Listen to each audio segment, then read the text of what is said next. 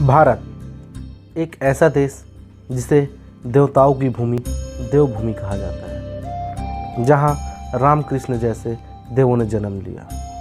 यहाँ आदिकाल से ही विभिन्न धर्मों को मानने वाले लोग एक साथ मिलकर रहते हैं। यहाँ की सुंदरता बहुत अनुपम है, जो किसी का भी मन मोह लेती है।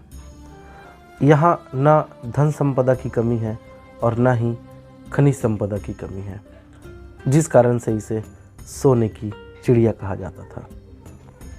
और इस सोने की चिड़िया को लूटने और पकड़ने के लिए भारत में कई आक्रमण हुए, और जिनमें से अंतिम आक्रमण जो था वो अंग्रेज़ों का था।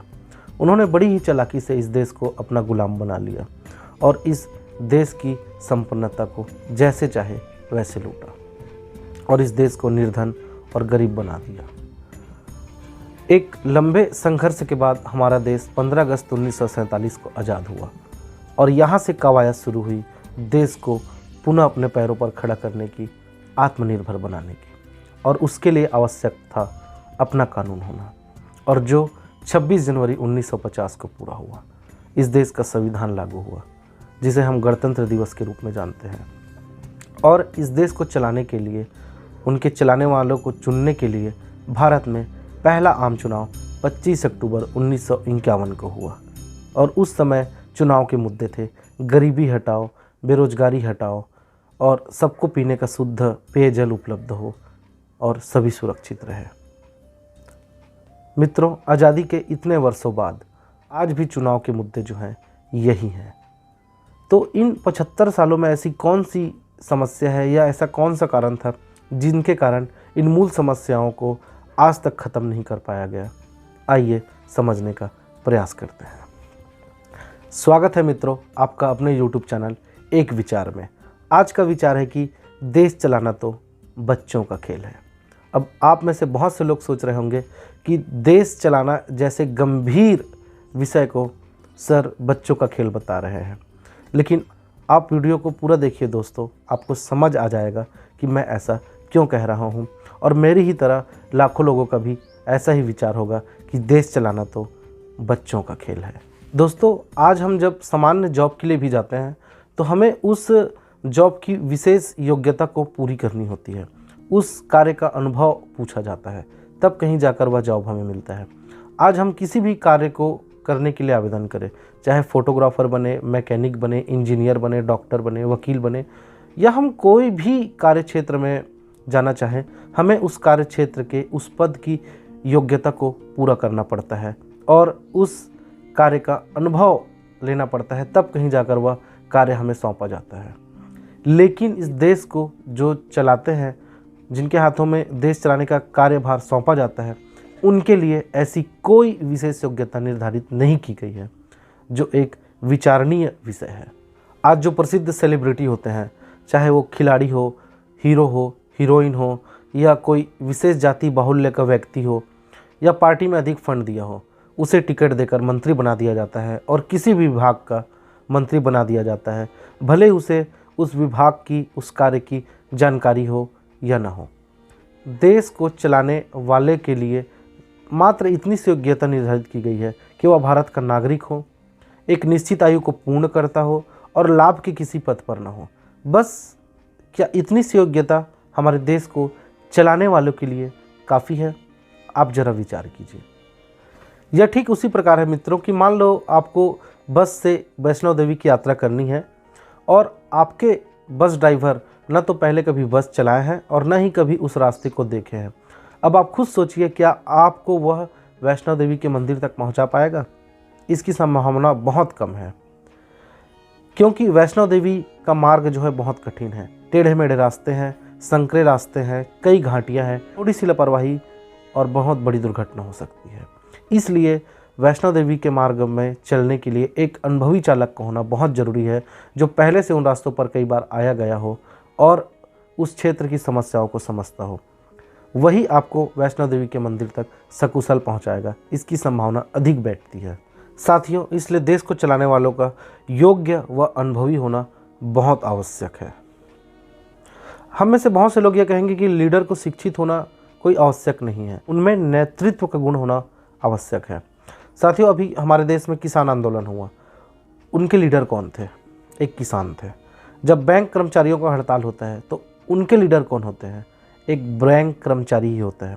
जब शिक्षक आंदोलन होता है तो उसको लीड करने वाले कौन होते हैं? उनके लीडर कौन होते हैं? एक शिक्षक ही होता है। कहने का आशय ये है मित्रों कि एक अच्छा लीडर वही हो सकता है जो एक अच्छा वर्कर हो, जिसे अपने क्षेत्र का, अपने कार्य क्षेत्र का, अपने विभाग के समस्याओं का अच्छे से ज्ञान हो और अपने क्षेत्र में वो कैसे नए नए और आविष्कार कर सकता है, कैसे कार्य को सरल कर सकता है, नई नई संभावनाओं को तलाशे, वो एक अच्छा लीडर होता है। तो क्या ये अच्छा नहीं होगा कि हमारे देश के जो स्वास्थ्य मंत्री हो वो एक डॉक्टर हो, हमारे देश के जो शिक्षा मंत्री हो वो एक शिक्षक रहे हों, हमारे देश के जो गृह मंत्री हों वे एक बहुत अच्छे व्यापारी रहे हों। सरल शब्दों में ये कहें मित्रों तो जो हमारे मंत्री चुने जाते हैं उन्हें अपने कार्य क्षेत्र का एक अच्छा अनुभव हो, वो उस क्षेत्र में कई वर्ष कार्य कर चुके हों, तब उन्हें ये पद सौंपना चाहिए। अब आप में से बहुत से लोग कहेंगे कि ऐसे हम लोगों को लाएं कैसे? तो इसके लिए एक सरल सा विचार है कि हमारे देश में जितने भी राजनीतिक पार्टियां हैं वे सब आपस में बैठकर एक नियम बनाएं, एक कानून बनाएं कि वे अपने दलों में ऐसे ही लोगों को टिकट देंगे जो इन योग्यताओं को पूरी करती हों। इससे होगा ये मित्रों कि देश की जनता को पहले से पता होगा कि अगर अमुक दल जीतता है तो स्वास्थ्य मंत्री कौन बनेंगे, रक्षा मंत्री कौन बनेंगे, गृह मंत्री कौन बनेंगे, उद्योग मंत्री कौन बनेंगे, रेल मंत्री कौन बनेंगे। और इस चीज़ को अगर सभी राजनीतिक दल अपनाते हैं तो यकीन मानिए मित्रों, सत्ता किसी की भी हो लेकिन देश की बागडोर हमेशा एक अनुभवी हाथों में रहेगा। तो क्या यह हमारे देश के लिए अच्छा नहीं होगा? आप खुद विचार कीजिए। अब आप में से बहुत से लोग ये कहेंगे कि इतने अनुभवी लोगों को हम लाएंगे कहाँ? क्या देश में इतने अनुभवी लोग मिलेंगे? तो मित्रों, भारत माता की गोद होनहारों से न पहले कभी खाली थी न आज कभी खाली है। जहाँ इस देश में रामकृष्ण ने जन्म लिया वहीं इस देश में गौतम बुद्ध और विवेकानंद ने भी जन्म लिया है। जहाँ पहले धन्वंतरी जैसे चिकित्सक थे तो वहीं सुश्रुत जैसे शल्य चिकित्सक ने भी जन्म लिया है। जहाँ पहले आर्यभट्ट जैसे गणितज्ञ ने जन्म लिया है तो वहीं भारत रत्न डॉक्टर APJ अब्दुल कलाम जैसे वैज्ञानिकों ने भी जन्म लिया है।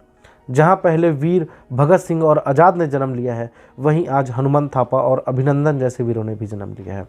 जहाँ पहले कभी झांसी की रानी लक्ष्मीबाई ने जन्म लिया था वहीं आज हमारे बीच लक्ष्मी अग्रवाल जैसी बेटियों ने भी जन्म लिया है। भारत में होनहारों की कमी कभी नहीं रही है, बस उन्हें एक अवसर की तलाश है। और इस वक्त जो इस वीडियो को देख रहे हैं उनमें से ही लाखों लोग अपने कार्य क्षेत्र के महारथी हैं। समय आने पर आप भी भारत की बागडोर अपने हाथ में ले सकते हैं। घर को चलाना आसान नहीं होता, उसके लिए मुखिया को कितनी जद्दोजहद करनी पड़ती है ये एक परिवार का मुखिया ही जानता है। उसी प्रकार देश चलाना बच्चों का खेल नहीं है, ये बहुत बड़ी जिम्मेदारी है। इसलिए इस जिम्मेदारी को एक जिम्मेदार व्यक्ति, एक अनुभवी व्यक्ति के हाथों में ही सौंपा जाना चाहिए। आपका क्या विचार है? अगर आपको भी मेरा विचार सही लगता है तो चैनल को सब्सक्राइब जरूर कीजिएगा। और आप भी चाहते हैं कि देश सदैव एक अनुभवी हाथों में रहे तो इस वीडियो को एक लाइक जरूर करें। साथियों, अगर आपको रोचक जानकारियाँ देखने का शौक़ है तो डिस्क्रिप्शन बॉक्स में मैंने लिंक दिया हुआ है, आप जाइए और उस वीडियो को ज़रूर देखिए जिसमें बहुत सारी अमेजिंग फैक्ट्स दिए गए हैं। साथियों, मिलते हैं अगले रविवार सुबह 8 बजे फिर किसी नए विचार के साथ। तब तक अपना ख्याल रखें, औरों का भी ख्याल रखें और देश का भी ख्याल रखें। और याद रखें, एक विचार बदल दे संसार। जय हिंद।